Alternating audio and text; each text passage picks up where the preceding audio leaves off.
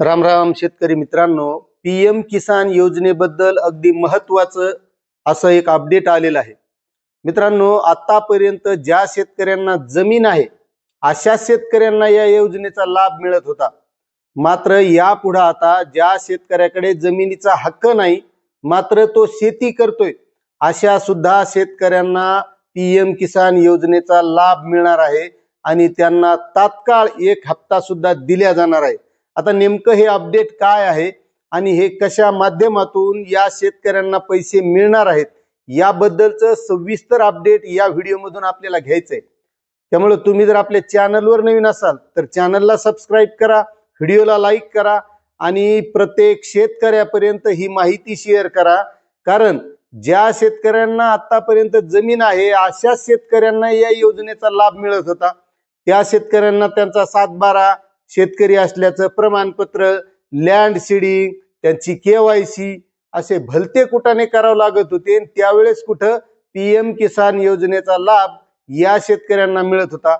मात्र आता जे शेतकरी असे आहेत शेती करतात मात्र त्यांचा त्या शेतीवर हक्क नाही अशा सुद्धा शेतकऱ्यांना या योजनेचा लाभ मिळणार आहे, असं केंद्रीय कृषी मंत्री शिवराज सिंह चौहान यांनी जम्मू काश्मीरला गेले होते त्या दौऱ्यामध्ये सांगितलेलं आहे। मात्र यामध्ये महत्त्वाच्या काही अटी आहेत मित्रांनो, तर त्या अटी सुद्धा प्रत्येक शेतकऱ्याला माहित असणं गरजेचं आहे। कारण बरेचसे असे शेतकरी आहेत की जे शेती करतात मात्र त्यांची हक्काची शेती नसते, अशा शेतकऱ्यांना हा लाभ मिळणार आहे। मग त्यासाठी महत्त्वाची अट अशी आहे की त्या राज्यातील त्या शेतकऱ्यांना त्या सरकारने अगोदर पडताळणी करण्यात येणार आहे। समजा महाराष्ट्र राज्यातील शेतकरी असतील तर त्यांची पडताळणी केली जाईल। मग कोणत्याही भारतातील प्रत्येक राज्यातील शेतकऱ्यांची ते राज्य सरकार ही पडताळणी करणार आणि त्यानंतर त्या शेतकऱ्यांना लाभ मिळणार आहे। तोही 2000 जसा इतर शेतकऱ्यांना मिळतो तसाच ज्या शेतकऱ्यांचा शेतीवर हक्क नाही अशा सुद्धा शेतकऱ्यांना मिळणार आहे।